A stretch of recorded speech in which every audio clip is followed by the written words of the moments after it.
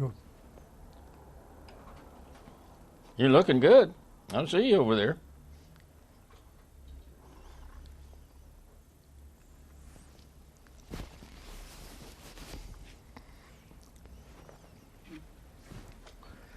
I'm Jim Sharp. I'm here with John Dunbar.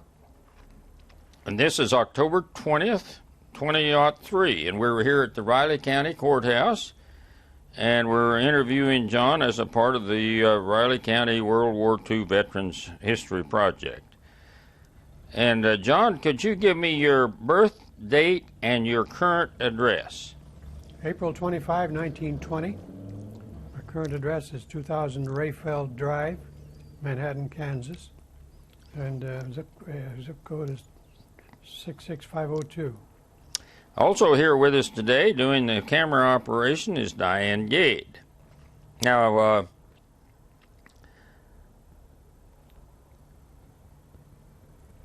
John, do you remember your name, your rank, and your serial number?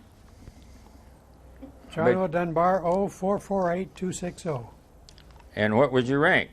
Major. Okay. Now, tell us where you were born and raised, your early education. I was born in Monticello, Indiana, that's north of Lafayette, and raised around 25 miles of Lafayette. Finally, I lived on a farm for the last 20 years before I went to college. And I went to Purdue and got my education, first 12 years in Monitor High School. I graduated from Monitor High School and then east of Lafayette, and then went to Purdue for 4 years. Went directly into the service, came out, went back to Purdue, got my master's and PhD. Okay, then take us back to December 7th, 1941. Where were you and what were you doing? I was in the living room at home on the farm the afternoon when they announced on the radio that Pearl Harbor had attacked. And we all commented on that. I had already made up my mind to take advanced ROTC at Purdue when that happened, because I thought it couldn't hurt me and it might do me some good. And that was a good decision. Now, what were you doing December 7th? Were you already at Purdue? Oh, in 1941. Yeah, I was a junior at Purdue. A junior, okay. Yeah. And then right after that, we stepped up the graduation date. Then I was supposed to graduate in 42, in June. No, I graduated in June 42, in May 42, as I should, but they up and condensed things so that we took away the vacations. And so you had taken ROTC for a while, a year? Well, I took all 4 years. Oh, you did? Yeah. So when you graduated from there, were you an officer? Lieutenant. I was a second lieutenant. Okay, then what happened then? Well, I had my orders to active duty before I got my diploma. And so the next day I was given 10 days, I think, to get things in order, and then I went to Fort Warren, Wyoming, to the Officer Replacement Training Center. I was trained in artillery at Purdue, and they said, you can take your choice. When I got my degree, they said, you can take your choice. You can be an infantry, artillery, or quartermaster. And I said, I think it would be a little safer being a quartermaster. So I think that was a rational decision. And so I became a quartermaster. And then they sent me to the Replacement Training Center at Fort Warren, Wyoming, where we were available to be shipped any place in the world whenever they called on us. So how long were you in Wyoming? From about the middle of May until the first part of August. So in 1942. 1942. Yeah. Then where did you go? Well, about the 1st of August, we went to, we were shipped. Well, before that, they asked me, where do you want to go? That's another gratis thing. They said, where do you want to go? And I said, well, you know, they said Alaska, Pacific, or Europe. Well, I said, Alaska sounds pretty good to me, so they gave me Alaska. And then they sent me to Seattle for the port of embarkation, and I went to from Seattle to Seward, Alaska, with a destroyer out in front of us on a troop ship. Oh. And then I went from there on up to Fairbanks, Alaska, via the Alaska Railroad. It was a 2-day trip because the Department of Interior ran the railroad and they didn't have enough money to operate it correctly. So whenever it would, the ice would freeze up the tracks in the wintertime, and then that'd leave a gap there. And so when spring came and the thawed out, instead of driving the spikes in and back down like they ought to do, they'd just leave them go, and because they didn't have enough money to hire people. So they put up a sign, said slow, 10 miles an hour, slow, 15 miles an hour. Hmm. And it was that way all the way to Fairbanks, actually. So then you went, that's where you ended up in Fairbanks? I was sent to Fairbanks for on active duty, my first station, yeah. All right, what did you do in Fairbanks? Well, that's before I got to Fairbanks, I began to sense that Alaska was an interesting place. We saw lots of moose and bear and other wild animals along the tracks on the way to Fairbanks, and we stopped to let several Eskimos pick up a bag of groceries. The train would stop and let them have a bag of groceries as they go. I think they only ran one train a week at that time. We ran one every day later, and when we shipped them one day, it took 1 day to get there. This time it took 2 days to get there. We stopped all night in Mount McKinley.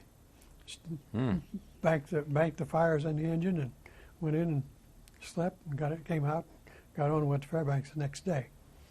But my duties at Fairbanks, it was June. It was 1942, and the Japanese had been driven out of the Aleutians just a little earlier, so there wasn't any fighting going on. Our mission at Fairbanks with cold weather testing of all kinds of plastics and other kinds of winter wear and so on. I was finishing up, which was the main mission earlier, and but then the main mission became ferrying airplanes to Russia on the Lend-Lease plan. We sent about 38,000 planes, I think that's the right number, to Russia. There were B-24s and B-25s and P-51s and 39s and lots of them. And it was dangerous for the pilots and rough on us people who were doing the service work, because operating at 65 below zero gets kind of slow. Well, I want to go back for a minute back to that rail trip from down to Fairbanks. That sounds real interesting. Now, was this when you went on this rail trip? It took you a couple of days. Was it full of troops, or? It was a regular Alaska Railroad run, and they were delivering groceries to some people along the road. There were people, civilians. The person who sat across from me on the train was the colonel's secretary that I was going to be working for. So I got filled in a little bit on that. Her name was Mary. Can't quite say her last name, but there were some troops, but it wasn't a troop unit. How many trains were there on there, passenger trains, or? One a week. But I mean, there was a certain number of this was all passenger cars. Oh, passenger cars? I think 8 or 10. But you only could go 10 or 20 miles an hour and had to stop every so often, and stopped at McKinley. Was that a Mount McKinley where you stayed overnight? Was that a military post then? No, it was just the old McKinley Hotel run by the Parks Service. I see. Yeah. Okay. Then we got you to working for the colonel, I guess. Yeah, I checked into the colonel's office the next day after I got there. Into the quartermaster detachment. That's an air base that was stuck out there. The only way you could get to the air base was flying, which was very few planes at that time, no commercial service. You go through Seattle to Anchorage to Fairbanks on a train. That was open. That train was put in there to open Alaska up for the gold mines earlier. And then and it was open year round. And then Nome, which was 500 miles further northwest, didn't have anything to open it up until, except for 3 months during the year when it was thawed. Okay, now what were your first responsibilities at Fairbanks? Well, the quartermaster, we had 4 officers. It was small when I went there.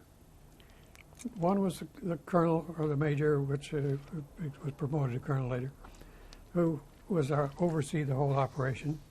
One was a commissary officer to provide the food, and one was a property officer to provide the equipment and clothing equipment, and then everything else. And they gave the newest second lieutenant everything else, the things that nobody else wanted to do.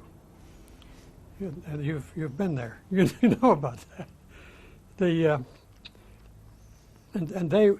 Those things included. I got it written down here to keep my memory correct. Was to handle the cleaning, the laundry, my job specific was motor transportation, rail transportation, fuel as gas, oil, coal, and fuel oil. You can imagine providing that stuff, and I'll talk about it in a minute. And at Fairbanks, and I was also a graves registration officer. So and that's interesting when you consider the deep details of each of those things. Oh yeah. And the amount of training I had. I was trained for field artillery. and they gave me a lot of training in motor transportation, of course, but none of the other things. Army regulations I knew backwards and forwards. I was good at that kind of stuff, and tactics. But we didn't have training in quartermaster work. I had to know, except for the couple months we were in Fort Warren, Wyoming. It was minimal. So I had to go by what you could glean. When you had a problem, you went to a manual, and everything was there in the manual, everything. And I learned that those manuals had how to do everything. And a little later, I learned that for every manual that said how to do things, there was another one that said said how not to do it, because certain things didn't work everywhere. Sure. That was interesting. Yeah. Well, but my motor transportation. Well, remember now that when you go into Alaska, you're going to a different environment from you are on a Kansas farm or in Purdue University. You don't have any friends. You don't have your girlfriend there. You don't have your professors. You don't have your parents. You don't have your aunts and uncles. You go and it's all a bunch of men. Mm-hmm. And it's a different world. And to get adjusted to that, plus the other thing that I had made the first 4 months pretty doggone rigorous. In fact, I'll end up with that after a while. But the motor transportation was the most difficult. I had 37 trucks and cars, and there weren't enough for everybody. Every morning when I reported to the colonel, first thing and only thing he'd say was, "Where's all your cars and trucks this morning?"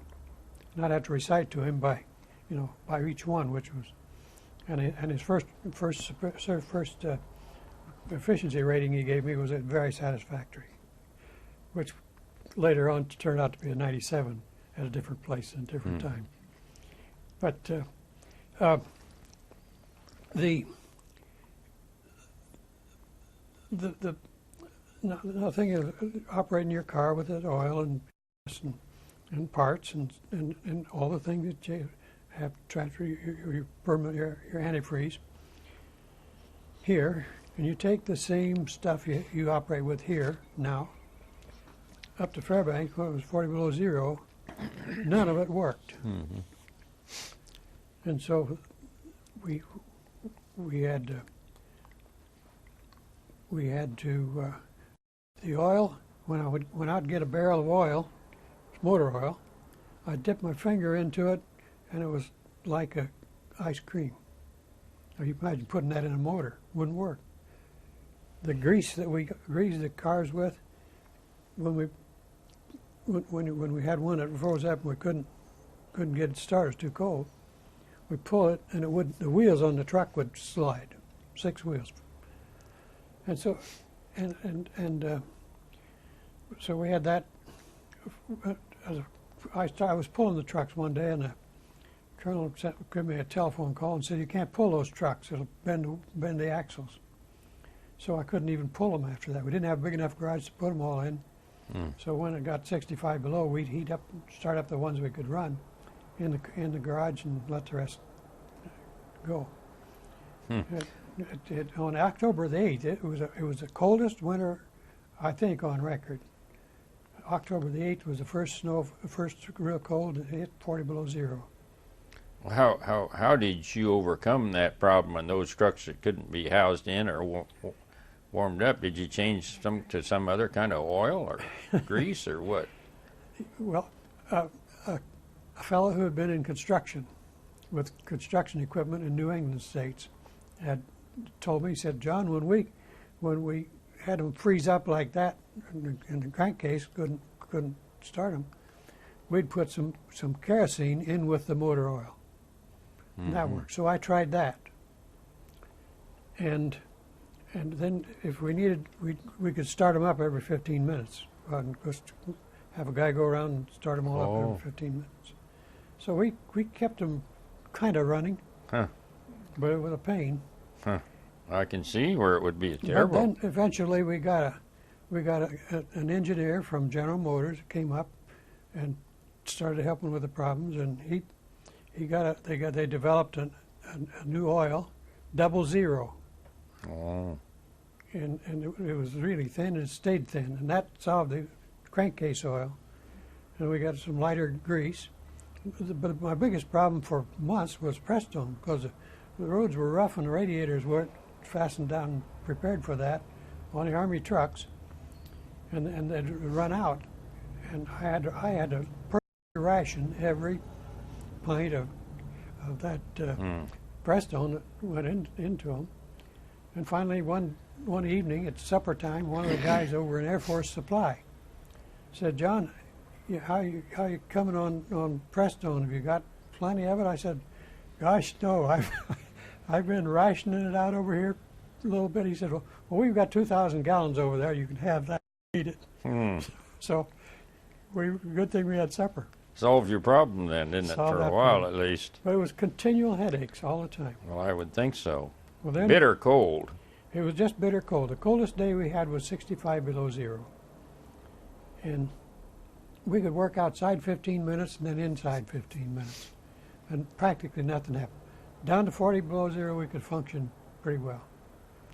Would they eventually get buildings built so you could move some of that work inside?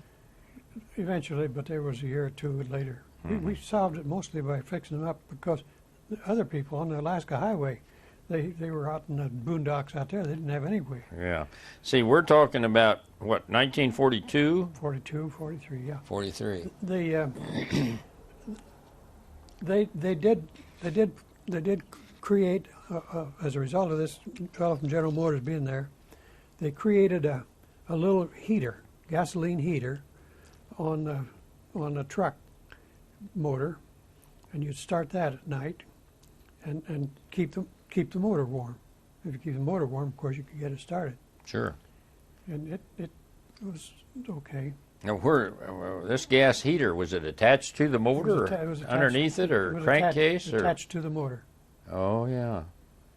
And it was just regular gas was used in it. Yeah, it burned up one once in a while, but they kept them running. That was the important thing.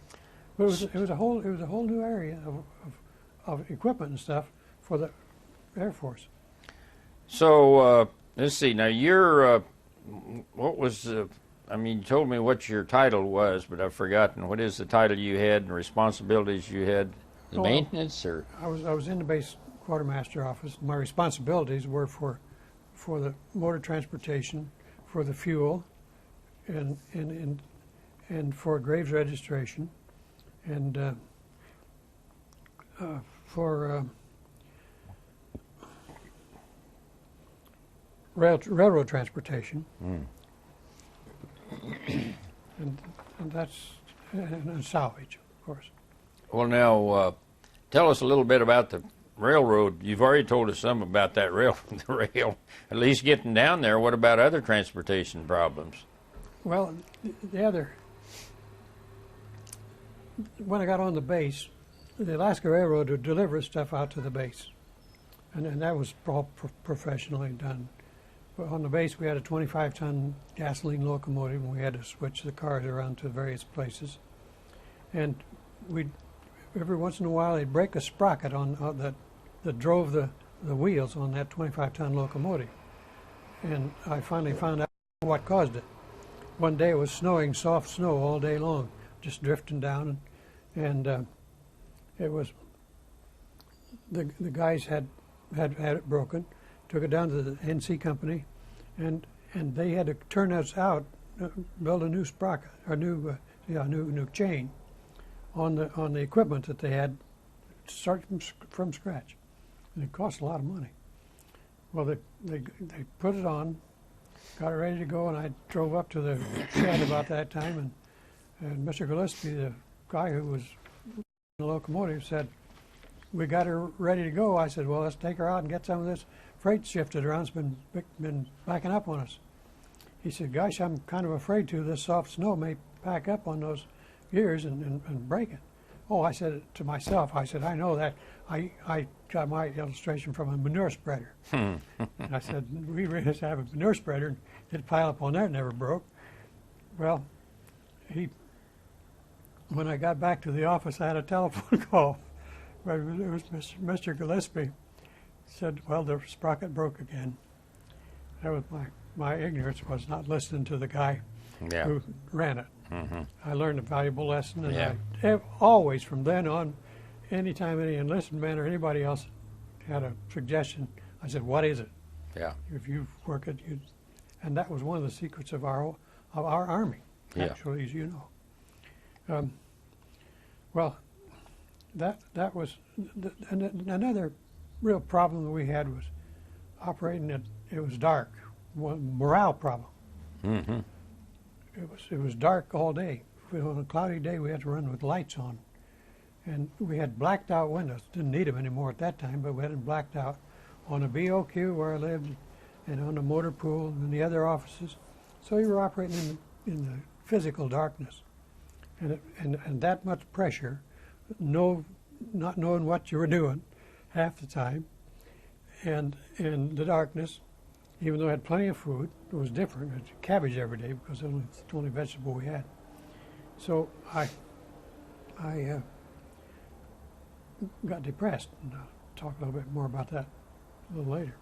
But I want to come back to the fuel. Okay.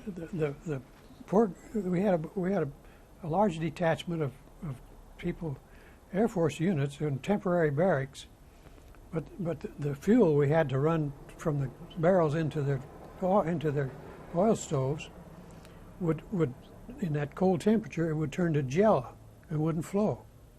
And they'd have to go out and carry it in and put it in there. The coal we had for the stoves in the barracks that we worked with, these were cook stoves like they used everywhere in the Army. They were designed for anthracite coal. And we had lignite coal in Alaska, lots of it, but it wouldn't burn. It burned like punk. And I got real well acquainted and made myself real popular with all the cooks in the whole outfit, because when we'd have some anthracite coal come in once in a while from the States, I'd set that aside for those guys. And we'd burn the Alaska coal in the powerhouse. That was another responsibility I had, to keep that coal supply. Well, that powerhouse coal supply was another interesting thing, because one time they didn't have a shipment of the lignite from Alaska in there, but they had three carloads of coal that came in in the evening. It was Christmas Eve, and it had been shipped from the States, and it was in chunks, little chunks, regular, and it had come via a railroad and Anchorage where the ground where it was frozen, and it got wet on the ship. So these wet sacks, it was in sacks, 50-pound bags, wet sacks, frozen. It got to us at Fairbanks to haul across the river and take into the powerhouse. Well, when those sacks would get into those spokes in the powerhouse, in the grinder, they'd chuck it up, and we had to mess with that. I got this story mixed up a little bit on the coal and the Christmas Eve. It was later in the spring when I had 3 carloads of coal that came in, and we couldn't get it across the railroad bridge because the ice had thawed and frozen in the winter, and it was thawed in the spring. There was about 4 feet chunks and as big as a house. And they keep coming down the river and bumping into that bridge, and we couldn't take the cars over it. So I had to go out and I had about 3 o'clock in the afternoon, I found out I had a problem getting the coal. There was 3 cars into the powerhouse by truck. So I got the trucks and sent them out, and I got all the men from the detachment and sent them out. And then I went to the warehouse and got shovels and took the shovels out to them to shovel that coal. My best sergeant, I could always depend on him. And all those 100 men were standing up here on the bank by that coal, and they said, "We can't get this done. We'll miss our supper." And here I was, a brand new second lieutenant. What should I do? I said, "I'll tell you what. At 6 o'clock, the colonel said to do it. Number 1, 6 o'clock.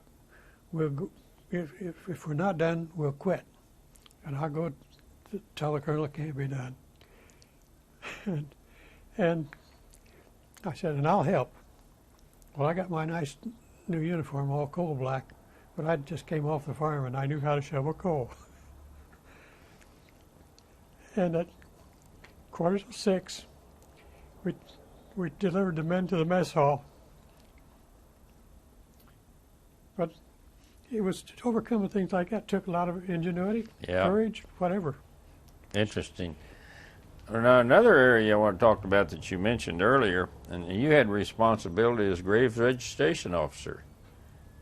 Yeah, there was a graveyard there, and a morgue downtown.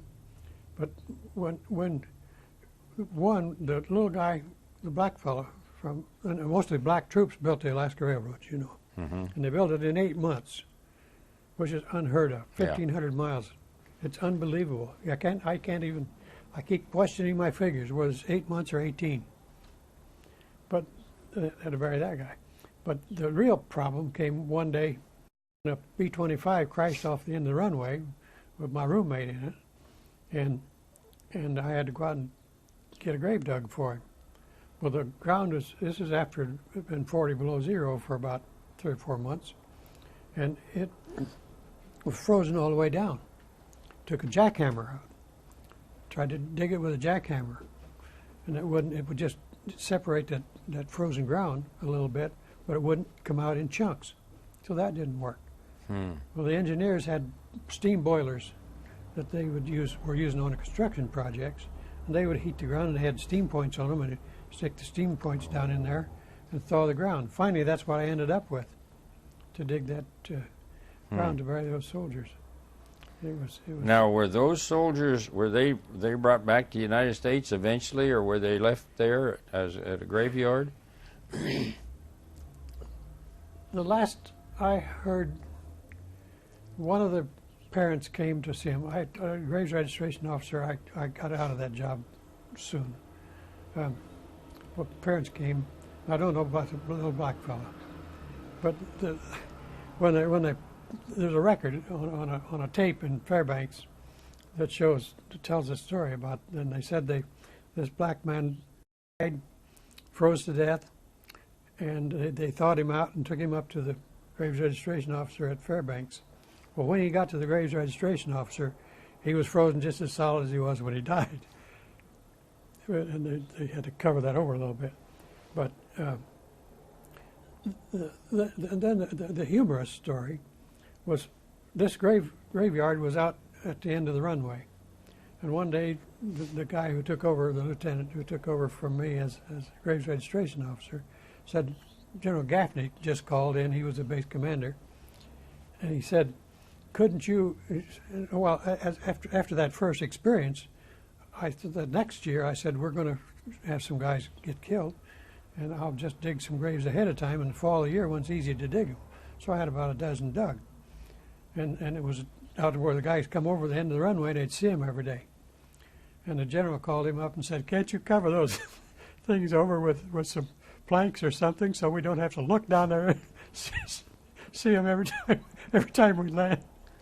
And it was kind of humorous, but it was a practical solution. Well, it's interesting that the graveyard was at the end of the runway. Now, why would that be? Well, that's where the graveyard was. Well, was it a city graveyard or an army? City, wasn't the army. Oh, I see. So. Well, how many troops were there at Fairbanks about this time? Say late about 43. About 5,000. Oh, there were. Yeah. Now, did you have good accommodations as far as sleeping quarters was concerned? For the central, for the air base itself, we had steam heat, and we had to run around from the hangar to the hospital to the BOQ, the commanding officer's house, to the quartermaster office, and to the hangar, and that was all. Then the other guys had to have, and that would hold that took care of most of our operation, a lot of our operation. Mm-hmm. But they had been expanding the troops there, numbers, and they were out in temporary buildings, and that was satisfactory, except when you turned on the heater and the jelly didn't flow through the pipes to heat the building. It was kind of rough. Mm-hmm. But that was, we kept constantly overcoming it. Well, that's where ingenuity comes in, I guess, and the Had to background of being a farm boy that took care of things out there on the farm. It was funny that the farm boys there would do things like I did.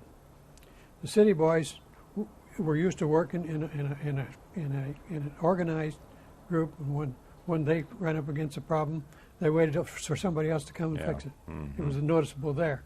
Incidentally, it was noticeable when I got to the state, and it was noticeable at Purdue. Same characteristic. Yeah. Isn't that interesting? It sure is. Now, I don't want to forget some of the things, the memorabilia that you brought here in the form of photos in your book, but I don't want to leave this till... We should have shut that window.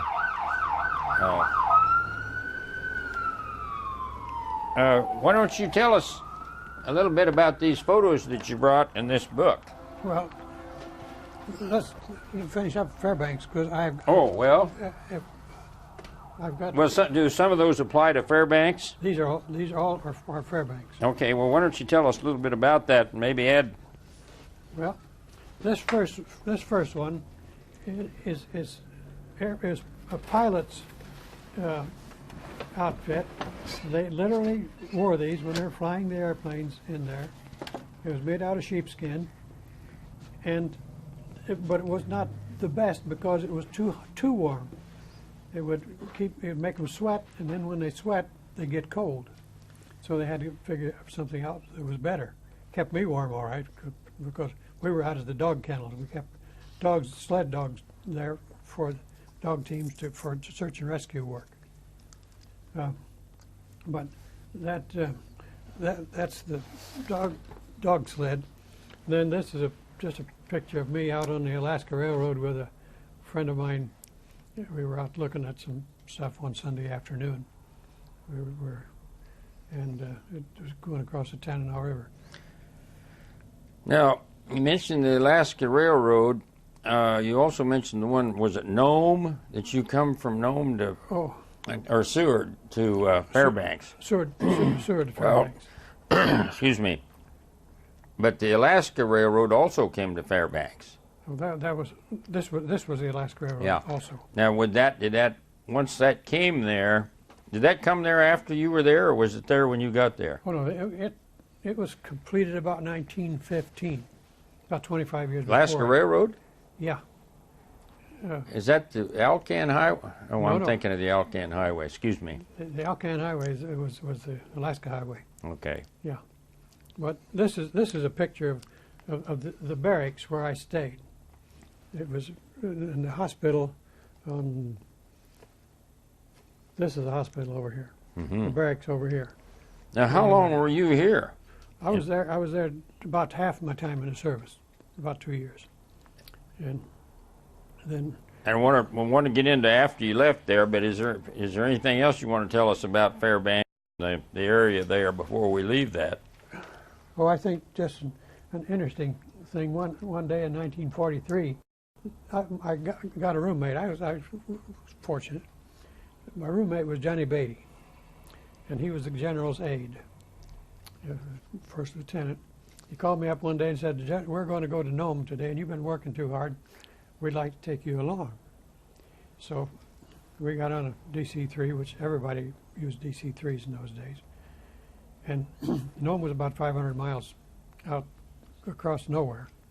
There wasn't a road out there. The only way you could get any place was down the river. And the general, about halfway out there was a couple of hunters hunting caribou. It was the fall of the year. Hunting caribou, and these hunters were way down here, and the caribou were way off here from them. So the general took his airplane down there and herded those caribou over toward the hunters. And it took about an hour extra time. And we were due in Nome an hour before we got there. And everybody was nervous and worried about where in the heck were we. Well, that was kind of a little sideline. This general, who was a catbird of a general.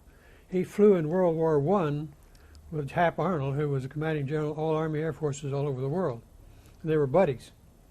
And when he'd get on the telephone, he'd tell them, "Now, Hap, this is what I want," and he would get it every time, just like that. He was used to having what he ordered, but he was a nice guy. But when he would leave that air base, you could feel the tempo let down. When he go to Washington, when he come back, you could pick up the tempo when he come back. It was very interesting how the command Yeah, that's interesting. worked. Yep. But he wanted the best for his people. He was always looking after the men. And one thing he decided he wanted was sheets for all the beds for everybody. Well, they weren't authorized in any publication in the Army, any authorization of equipment. Well, we did have a guest house at that base. Earlier they'd built it, and it was authorized 50 sheets for 50 beds. And I decided that probably the guys down at Seattle, where we got our supplies, were too busy checking other things and getting the stuff out to check the details. So about every 3 months, I would send in an order to replace the sheets at that guest house. And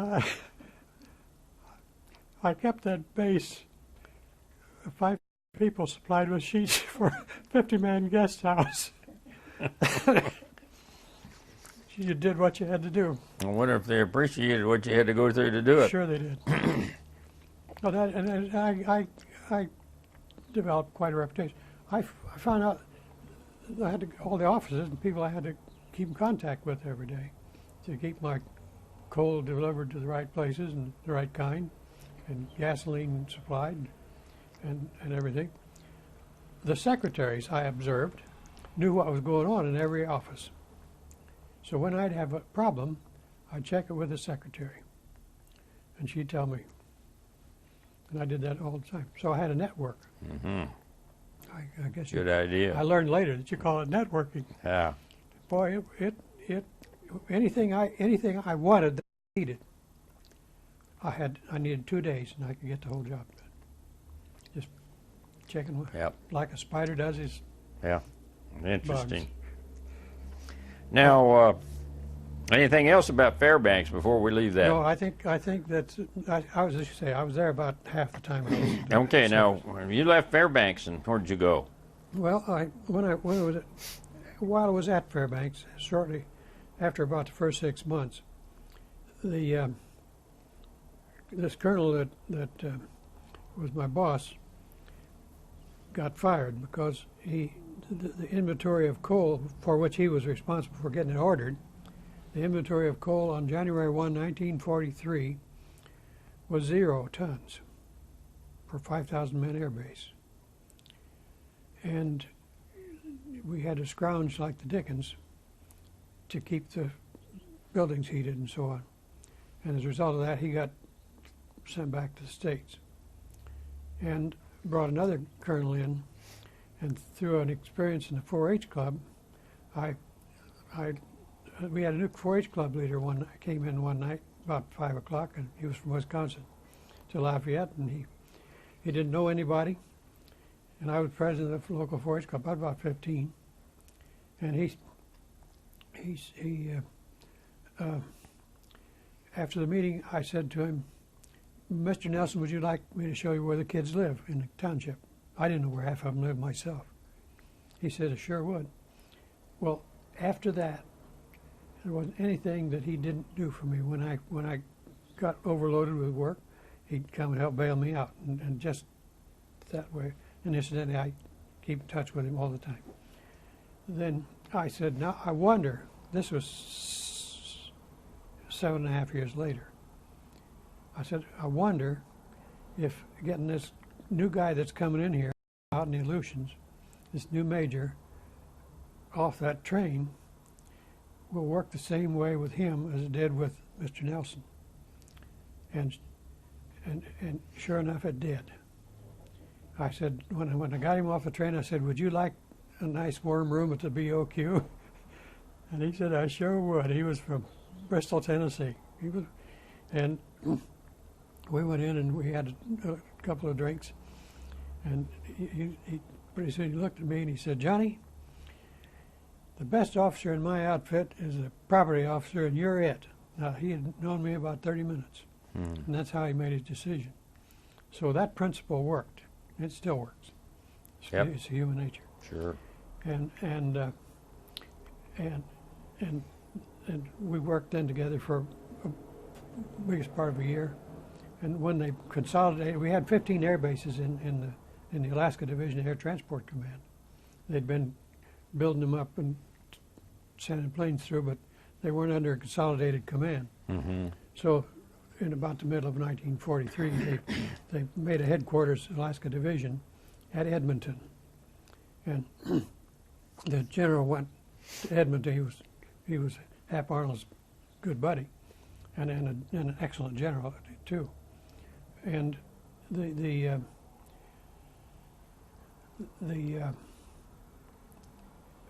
colonel, well, I'd done a good job for the colonel, so he went to Edmonton and he said, "Now, Johnny, I'm going to get you down to Edmonton just as soon as I can." And in early 1944, I went to Edmonton. Mm-hmm. So, but before we get into Edmonton, though, I wanted to ask you a little bit about the air base and the grounds that these planes landed on, because you mentioned how this ground heaves and rises and thaws. How could an airplane land on that kind of ground? Oh, at the air bases, yeah. I don't know how the main runway was about 3 or 4 feet thick. Is this concrete? Concrete. Oh yeah. And we didn't have any problem with that one. And I don't remember specifically. I know that I was at most of them later frequently, and I don't remember any air base, any runways. But one hangar that they had was the floor would rise and sink and so on, and they had to punch holes in it and pour concrete down, or push slurry down in there, Yeah. let it freeze, and then I that see. way. Mm. It was interesting. One airport we had was a small one, Northway. We had a big hole in the ground. We used that for our refrigeration year round Uh-huh. because it was permafrost. Yeah. Okay, now we're down. You got Johnny down to Edmonton, right? Yeah, Johnny. The colonel got you down there. Yep. What are you doing? Are you property officer there too? Oh gosh, that was we were at headquarters. We were the general staff actually, and the quartermaster was responsible not for supplying things, but for seeing that the supplies were there for property, commissary, whatever quartermaster supplied.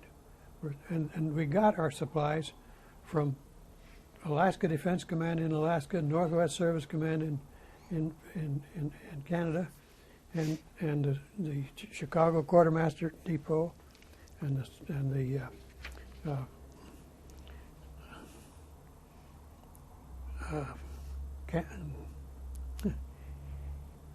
Salt Lake City Quartermaster Depot, and Seattle. So if we had a breakdown in supplies from any of those operations, or we needed something we couldn't get, it was my job to check them out. So it was a staff job. And I had some interesting experiences. Mm-hmm. Tell us about one or two of them. Well, we got a bunch of, after the wax came into the service, we got a detachment at Fairbanks, and one night their barracks burned and didn't have any clothing at all, except what they could do with them. And they sent a request down for me to go down to Salt Lake City to the quartermaster office and depot and get resupplied. Emergency. So we went down. I think it took 24 hours to get the stuff on the way to Fairbanks by airplane. Hmm. Another one was the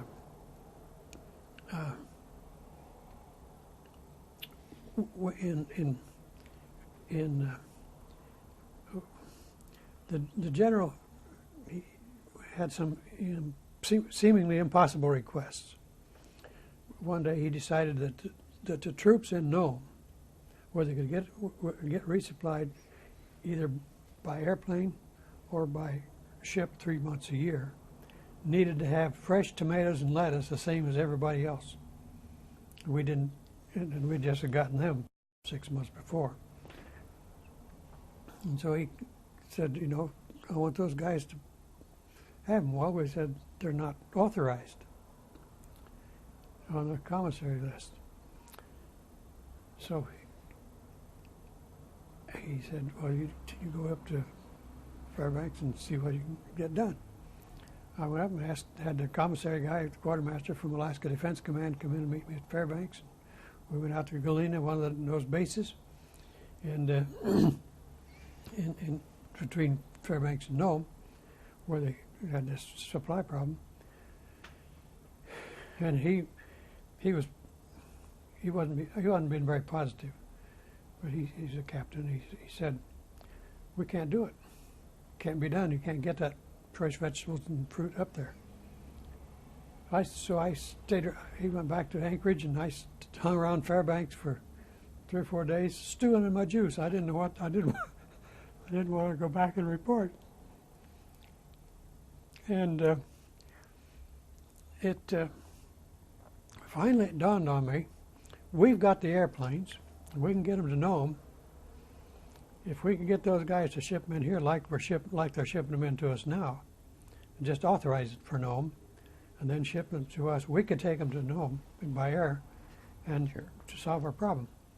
And I had read about General Eisenhower having to have all these memos on half page in Europe. So I made a half-page memo to the general and made these recommendations that they take them by train to Fairbanks and air to Nome. And it wasn't very long until those guys that know him could sit down to tomatoes and lettuce like everybody else. That's great. That's interesting. Two other interesting things. One, back in '43, is along in the fall, a couple of Coast and Geodetic Survey officers came into the office and they said, this is when I was property officer, said, we'd like to have all the canteens you can furnish us. I said, well, we don't need any of them, so you can have all we got as far as I'm concerned. I said, by the way, what are you going to use that many canteens for? He said, we've heard that there is oil up at Prudhoe Bay, and we want to send up there and get samples. That turned out to be the oil that comes down through the pipeline. And you know, they didn't discover that for a little while later, though, did they? No, well, they had discovered it earlier, but they were beginning to see if they could get it used. Interesting, yeah. But that was fascinating. Then the other thing was down at Edmonton. The first thing, some people make some real dumb mistakes, and it's normal that you make quite a few in the Army. But this lieutenant had the job I had before I went there, and he hadn't had any experience outside the States. And he came in, and the first thing he was doing, he said, "There's no regulations out in those quartermaster offices in Alaska Division." So he was writing Alaska Division Regulation 1, Alaska Division Regulation 2, Alaska Division Regulation 3, quartermaster regulations, and stuff, sending them out to everybody so they could fill their notebooks. I looked at that and I said, I didn't need any of those when I was at Fairbanks. I had all the Army regulations, took care of everything I needed. And so the first thing I did was rescind all those regulations that he'd written over how many months. But everybody made everybody happy, and they all loved me because they didn't have to monkey with that pile of red tape. Yeah. And it was just things like that. One interesting thing, a guy came in one day, a division sanitary officer, came in and said, "You're the quartermaster, and we've got down in Washington D.C. they've got 200 pounds of a white powder, and the quartermaster has got control of it, and it's called DDT, and they say that we can mix it with oil, spray it on these air bases, and kill all the mosquitoes."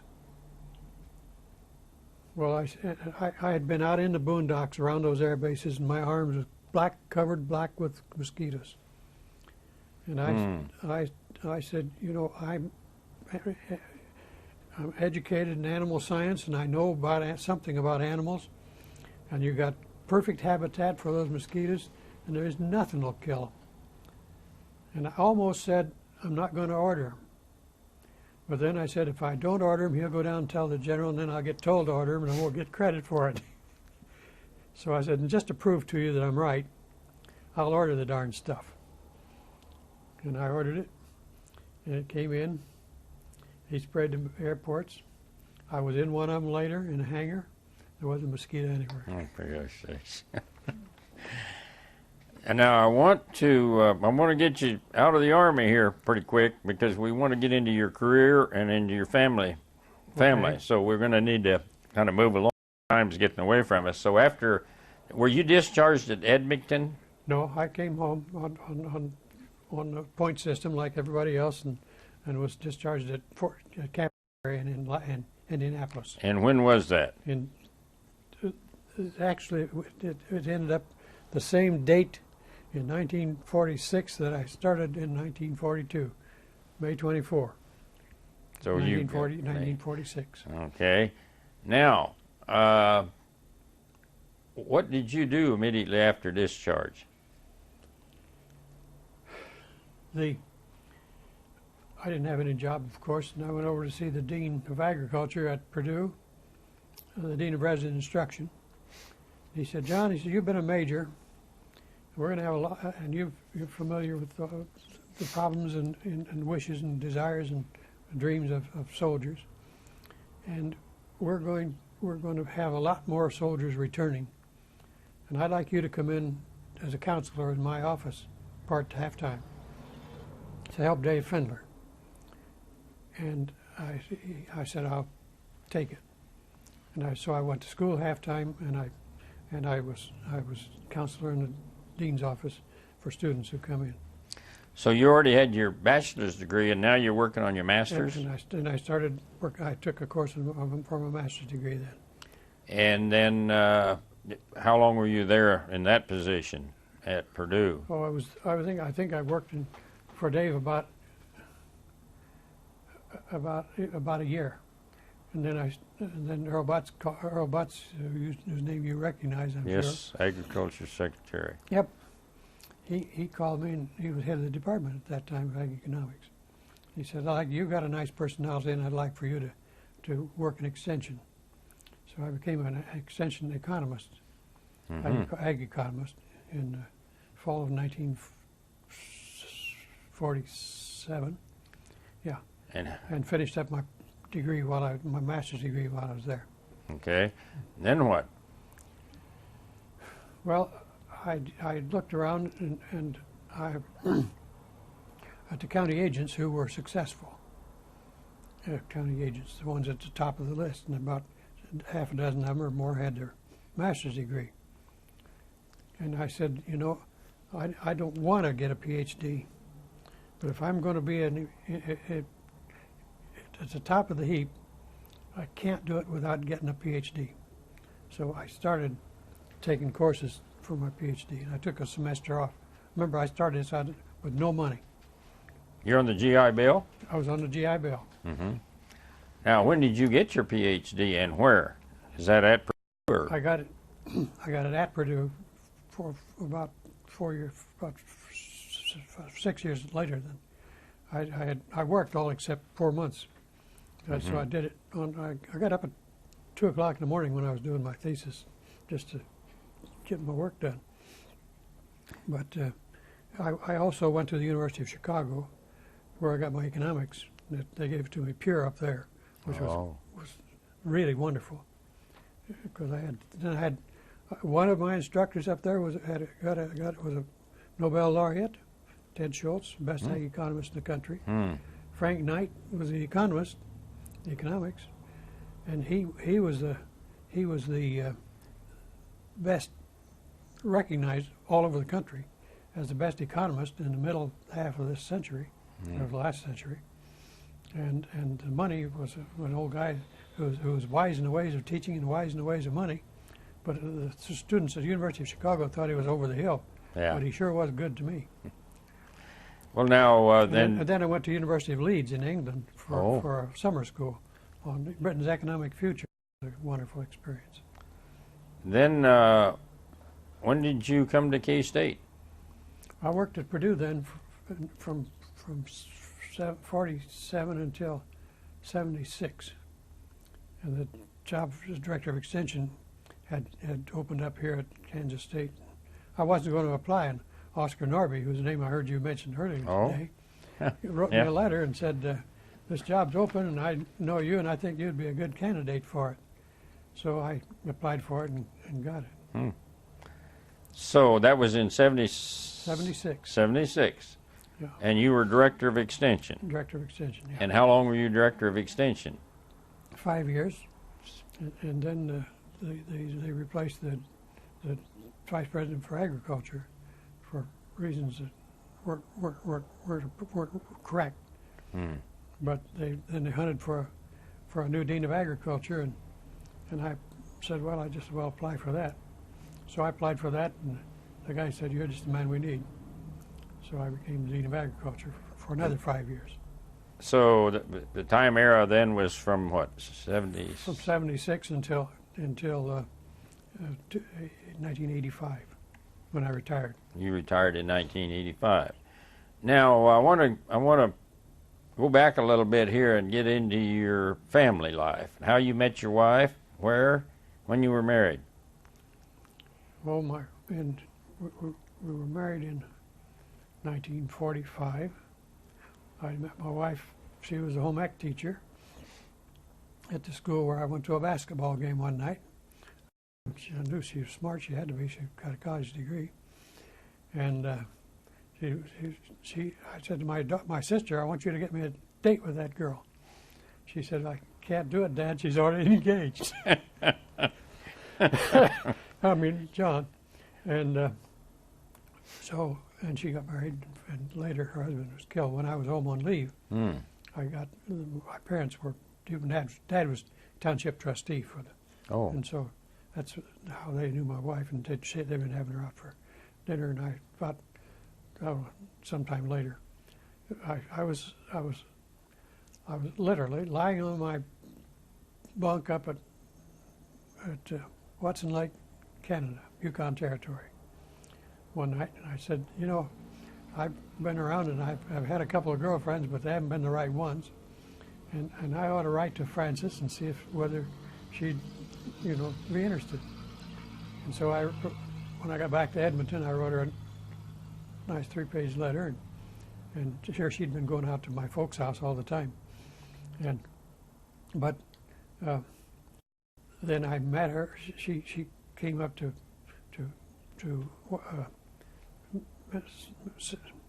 Minneapolis to meet me, and I came down to Minneapolis to inspect our air base down there, and I brought a diamond ring with me. So on our first date, we were engaged. Interesting. and she's been a wonderful wife. And you were married, tell me again, when you were married? In October 7, 1945. 1945. And then children? Grandchildren? We have 2 daughters and 3 grandchildren. One of them has 3 children. The other one, the youngest one, is getting married the 1st of November. First time she's marrying a man who's never been married before. He's her age. It was a coincidence in Los Angeles, or Santa Monica, actually, California. My oldest daughter has 3 children. They're about 26 and 22 and 17, I guess. The oldest one is there are smart kids, but I haven't run across any that's so smart that I haven't been able to figure out how they think. But I can't figure out how she thinks. She's so far ahead of me. She's working on her PhD at Cornell, and they gave her a full ride, pay all of her tuition, books, and give her a living wage. The next one is just finished up at Bryn Mawr, an honors student, and she's working in the University of Minnesota Law School, working on a degree there. The third one is finished up her high school work at the end of 3 years, and she's working on more high school work to graduate, but she's doing it at one of the colleges in Minneapolis.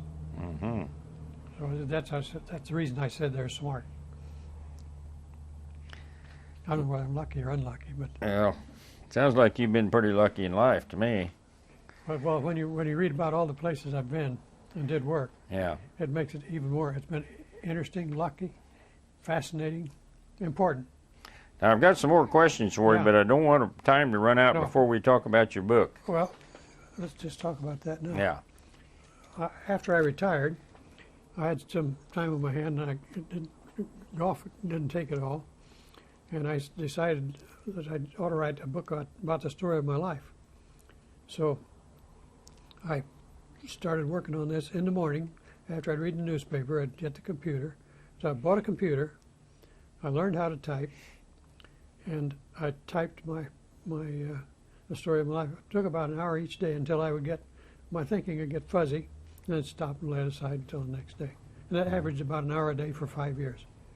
I called it Opportunity Knocked, and I answered. Because you can see with all the things that I was involved in. Even though I was at Purdue for 30-some years, I never had a single job that lasted more than about 4 years until I got another assignment of some kind. So it was interesting. Kept learning just barely fast enough to keep ahead of the wolves. Well, that's a book that I want to read. But another question I would like to ask you is: you have been very successful in life. What do you consider the attributes are for a man or a woman or anyone else to be successful? So first, education, I think, is important. You've got to know. It's easy to. It's just as effective if you learn it the hard way, but you can't learn it all. So with education, you get it condensed by other smart people, and you capitalize on their experience and through your teachers. From beginning of the first grade on up, teachers are terribly important. Second is honesty. You've got to be honest with the people we fight. We find that argued about today in television all the time. Yeah. I followed the principle that people are going to find out about it anyhow, so you just well tell them yourself and tell them the truth. Because if you don't tell them the truth, they'll find that out. And your ethics, you had to be ethical.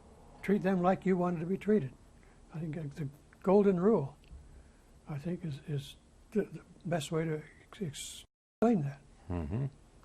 And I'd say if you start out with those, and then you got to work at it. There's any once in a while you can slip by like I got those 50 sheets thing for Alaska, but you got to work at it yourself, and you got to produce it.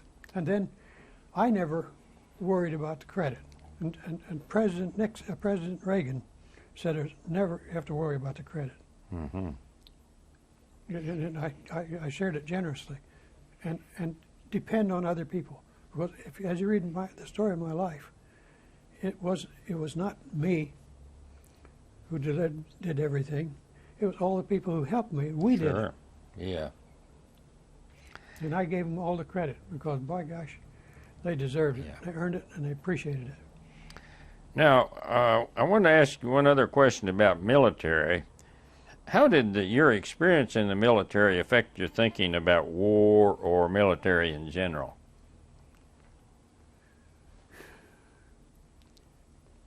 Well, I got a good insight into it. Incidentally, we had a briefing room where we had data from all over the world coming in when I was at Edmonton. And I'd go up and see those people hanging on the yard posts from all over Russia and so on. I began to appreciate the horrors of war. But I said the military has a job to do, and what was the second part of your question? That was the first part of the military. The military in general, how did it affect your thinking about war or the military? Oh, I got out of the Army just as quick as I could. Because I said, this is it was too tame a life for me at that point. I wanted to go do other things. Sure. But it gave me insights into history, because one war is just like another. Just the basic difference is that there's a different tribe or a different guy who's trying to control something. The basic difference, other than that, is the technology. Take the old sailing ships and on up the line. Sure. Then they take the airplanes, where we didn't have any 100 years ago, and how far we've come, and the ammunition and stuff. They're continuously improving that. And then, of course, the geography. We've learned more about that. And the geopositioning systems. We can learn. Sure. We can find out where we are in a minute. Boy, when I went to Fairbanks, it took me a month to get a letter home and a month to get it back there. Now, we've talked about your military, your family, your career, and the books you've written, and we've accounted for the pictures. Is there anything else that you might want to mention that I haven't asked you about? Well, as I look at the world and history, Somebody's here. I philosophize I think that people like Mother Teresa, who's in the papers today, she was one of my guiding lights, actually, because she said, I always try to build human dignity. Mm-hmm.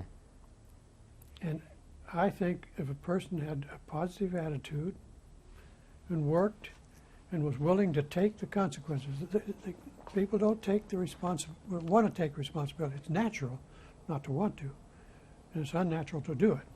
But if you have confidence in yourself and you work at it, you're willing to accept the best you can, and don't break the law, I think there's no better place to live in the world than here. There may be some places as good, but there's no better than right here in Manhattan, Kansas, or Lafayette, Indiana, or any other place in the United States. Yeah, well, we appreciate your philosophy, and we appreciate you coming in and telling us about your military experience and your career and your family. And we have a videotape that we're going to give you for you and your family to view. Okay, and good. it gives you a little background. It'll give them a little background, maybe and insights into your life that they haven't had before. So for thank you. For the ones who haven't read the book. Huh? Yeah. So thank you, John. You're welcome, sir.